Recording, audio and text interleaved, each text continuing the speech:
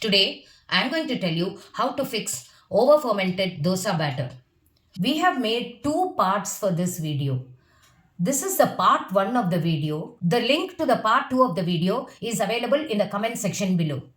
If the quantity of the over fermented batter is very less, like 250 grams, then you can directly use about quarter glass of boiled and cooled milk. Add this to the batter, mix it well, add a little bit of salt, and start making the dosas. Next, note carefully that all these measurements are for half a kg of the over fermented dosa batter.